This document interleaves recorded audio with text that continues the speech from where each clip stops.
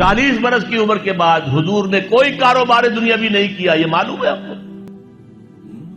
بہت بڑے تاجر تھے، ایکسپورٹ امپورٹ کا بزنس، شام قافلہ لے کر جا رہے ہیں، وہاں سے قافلہ لے کر آ رہے ہیں، یمن قافلہ لے کر جا رہے ہیں، یمن سے واپس آ رہے ہیں، الخبر کے علاقے کے اندر لگتا تھا بہت بڑا تجارتی میلہ، وہاں جا رہے ہیں، واپس آ رہے ہیں۔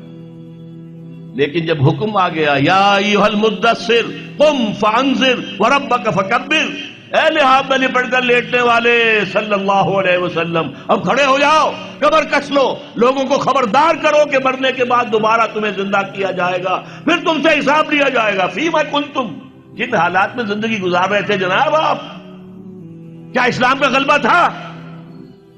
نہیں ہے، اللہ اسلام غالب تو نہیں، تم کوشش کر رہے تھے غالب کرنے کی، سوائے شرمندگی کے اور کیا ہاتھ آئے گا؟ اللہ تعالیٰ کی حجت تو قائم ہو جائے گی۔ میرے نبی کی ہڈیاں ٹوٹیں، میرے نبی کے دانت شہید ہوئے، میرے نبی کا جسم لہو لہان ہوا، میرے نبی کے چہرے کے اوپر تلوار کا وار پڑا جس سے 2 دندان آپ کے شہید ہوئے، اور خود جو پیدا ہوا تھا اس کی 2 کڑیاں گھس گئی رخسار مبارک کی اس ہڈی کے اندر۔ ان کو ایک صحابی نے دانتوں سے پکڑ کر کھینچ کر نکالنا چاہا، ان کے دانت نکل گئے، وہ ہڈی وہ نہیں نکلی، وہ کڑیاں لوہے کی۔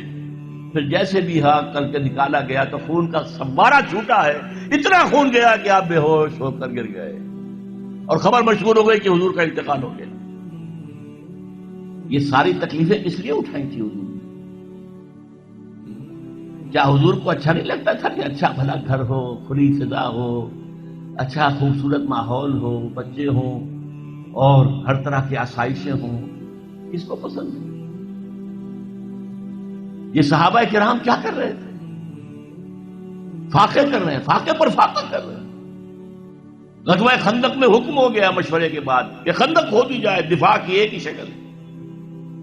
اب سردی کا موسم ہے شدید، کئی وقت کا فاقہ ہے، پیٹوں پر اپنے پتھر باندھ رکھے ہیں اپنی چادروں کے ساتھ کس کر کہ پیٹ دوہرا نہ ہو جائے، کمر دوہری نہ ہو جائے۔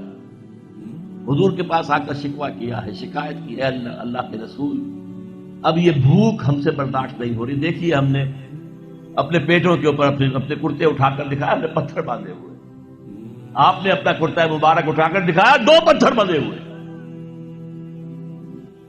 اور اس وقت پھر جب خندق کھد رہی تھی تو صحابہ کرام آواز میں آواز ملا کر کہہ رہے تھے، نحن الذین بایعوا محمدا علی الجہاد ما بقینا ابدا، ہم وہ لوگ ہیں جنہوں نے محمد سے بیعت کی ہے جہاد کی صلی اللہ علیہ وسلم، فدا ہوا آباؤنا و امہاتنا، اب یہ جہاد جاری رہے گا جب تک کہ ہمارے جان میں جان ہے، جب تک جسم میں زندگی ہے، یہ جہاد جاری رہے گا۔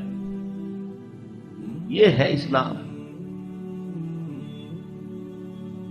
یہ شہادت گاہ الفت میں قدم رکھنا ہے۔ لوگ آسان سمجھتے ہیں مسلمان ہونا، مسلمان تھے صحابہ کرام رضوان اللہ تعالی علیہ مجمعین۔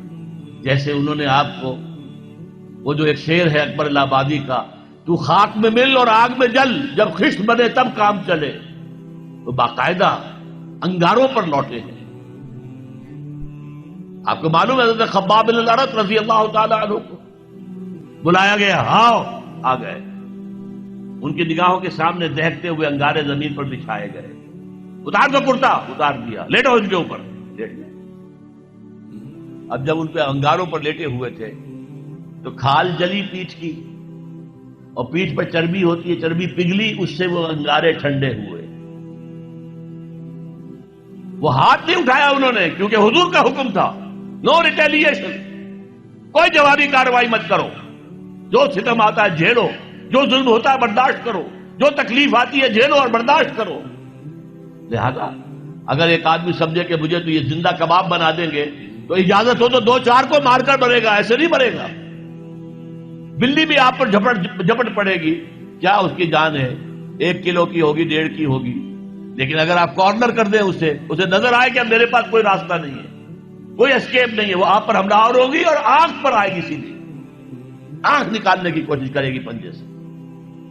لیکن حضور کا حکم کیا تھا؟ کفو ایدیکم، اپنے ہاتھ بندھے رکھو، no retaliation whatsoever, even in self ڈیفense۔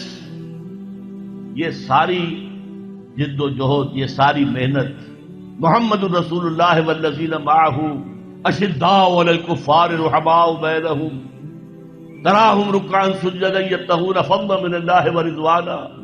اب ان کو پھر اللہ تعالیٰ نے جو اجر و ثواب دیا ہے اس کا ہمیں اندازہ ہو ہی نہیں سکتا.